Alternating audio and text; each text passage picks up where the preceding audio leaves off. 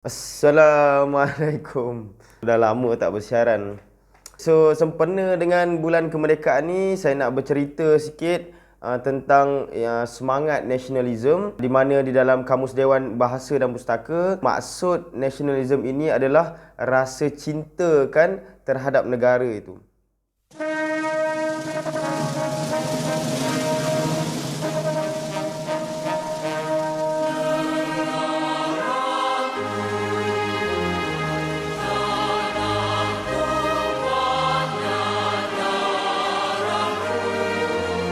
So kita tengok pada tahun 1889 di Turki telah berlakunya satu komplot atau konspirasi terancang yang dilakukan oleh medical student. Mereka telah menubuhkan satu komiti yang dipanggil sebagai Committee of Unity and Progress.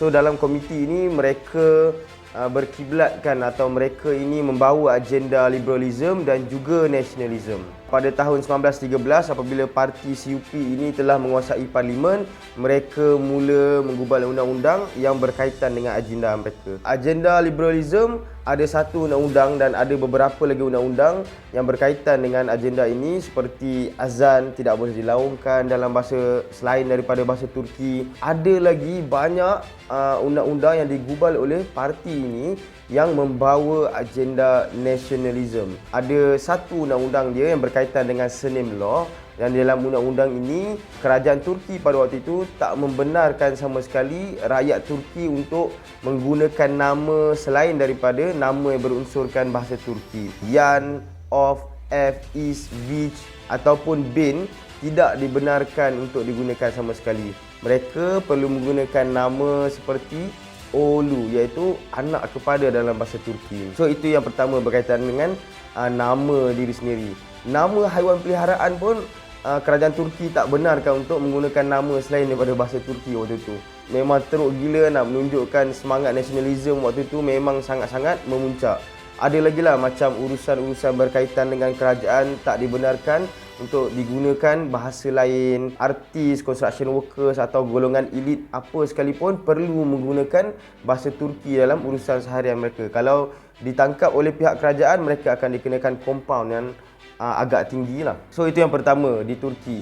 Yang kedua adalah di Indonesia pada waktu 30 September 1965 apabila berlakunya pembunuhan 6 orang Jenderal Militeri Republik of Indonesia, termasuklah seorang officer dibunuh oleh Parti Komunis Indonesia atau PKI. So waktu ini Presiden Soeharto mula mengambil tampuk kepimpinan, dan apa yang dilakukan oleh beliau pada waktu itu adalah mewujudkan new order atau order baru. Dalam order baru ni dia wujudkan pula Pancasila yang dia wajibkan semua rakyat Indonesia untuk patuh kepada Pancasila ini. Sebenarnya tujuan new order ni ada dua, tujuan asas dia. Yang pertama adalah untuk memastikan kesetiaan kaum Tionghoa terhadap Republic of Indonesia pada waktu itu, dan yang kedua adalah untuk mengurangkan kesenjangan ekonomi atau mengurangkan jurang perbezaan ekonomi di antara kaum indigenous Indonesia dan juga kaum Tionghoa. Saya teringat ada satu buku tu saya baca, Tionghoa di bawah cengkeraman SBKRI, karangan Wahyu Effendi. Dalam buku ni diceritakan ada satu watak tu yang bernama Roni.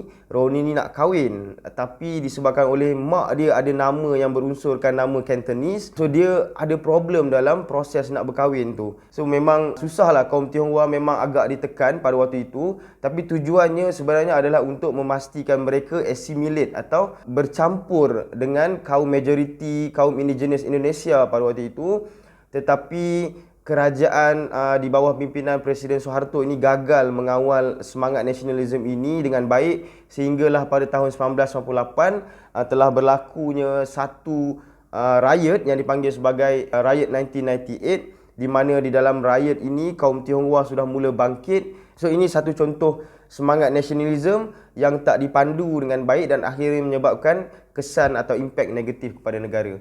So menariknya hari ini kita di Malaysia, kita dapat tengok semakin hari semakin tinggi atau semakin memuncak semangat nasionalisme ini, dan kita dapat tengok di negeri Pahang dilakukan semula pemerkasaan tulisan Jawi, dan kita dapat lihat banyak papan-papan tanda di jalan-jalan yang ada tulisan Jawi. Kalau tanya saya, sebenarnya ini adalah usaha yang baik untuk memastikan tulisan yang telah lama digunakan oleh kaum majoriti iaitu Melayu di Malaysia ini untuk digunakan semula dan kaum-kaum minoriti boleh belajar atau boleh ikut atau boleh bergaul dengan kaum majoriti ini, kemudiannya kita boleh bersatu padu di bawah satu identiti negara. Begitu juga kalau kita tengok ada cadangan-cadangan untuk menghapuskan sekolah vernacular. Tujuannya adalah untuk memastikan bahasa Melayu ini diselaraskan atau digunakan oleh semua kaum di Malaysia ini. Kita perlu menggunakan satu bahasa